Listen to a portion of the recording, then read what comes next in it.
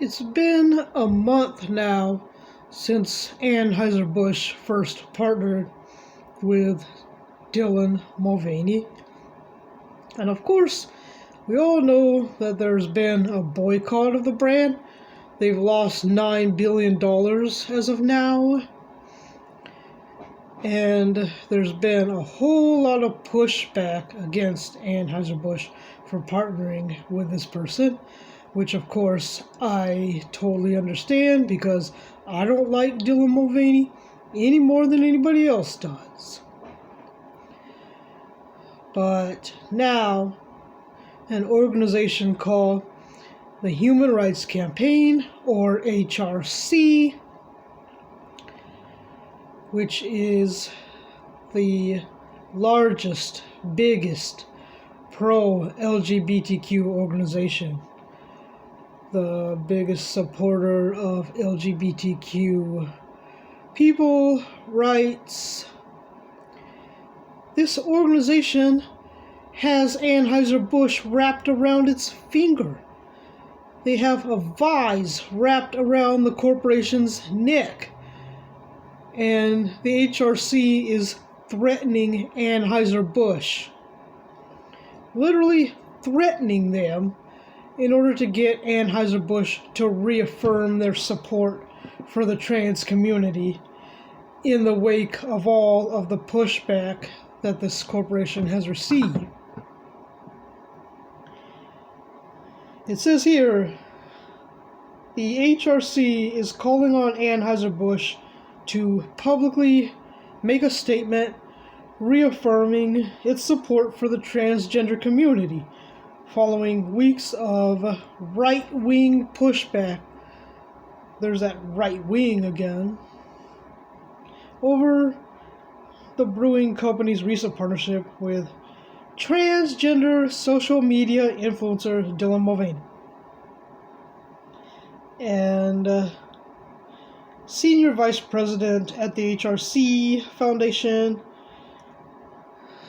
is not happy with Anheuser-Busch for their statement in response to this. And he says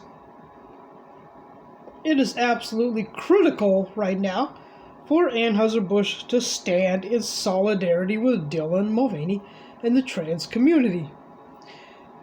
Now, it seems to me that that's not the job of a corporation.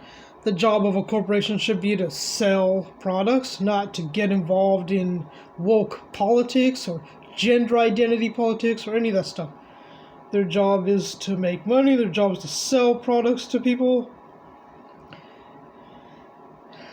But this is probably a big part of the reason why Alyssa Heinerscheid openly mocked the majority of Anheuser-Busch's customers. I can't say for sure that she wasn't being threatened by the HRC in order to do this. But it goes on.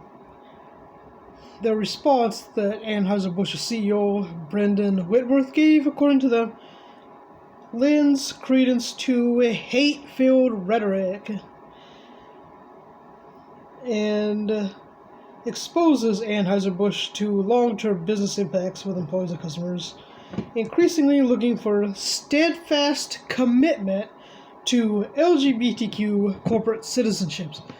Okay, so they want everything that this corporation does to completely, 100% revolve around the LGBTQ community.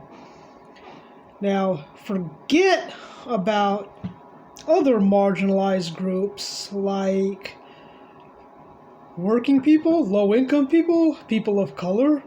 Let's just forget all about them. They don't matter. Only the LGBTQ community matters at all. Okay, so anyhow,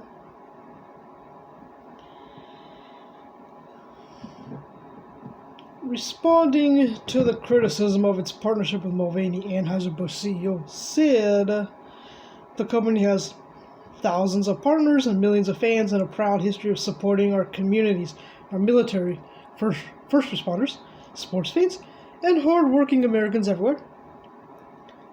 We never intended to be part of a discussion that divides people.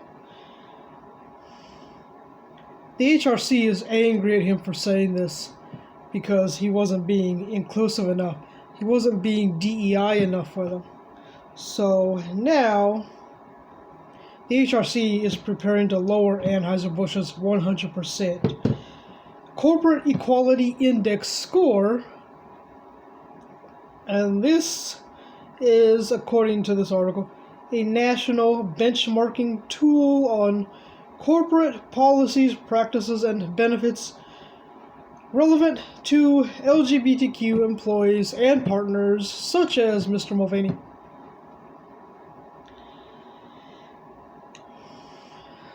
So the HRC has so much power that they get to decide whether or not this Corporate Equality Index score is lowered.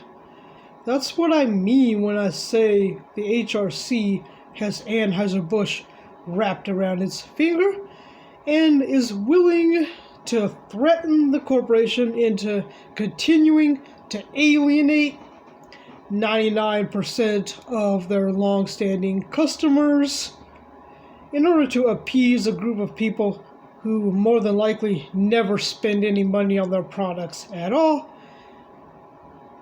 and perhaps even to drive the company into the ground in order to make the LGBTQ community happy. I'm starting to think that there's no way you'll ever be able to make the LGBTQ community happy, because nothing will ever be enough for them. They'll always demand more, more, more, more.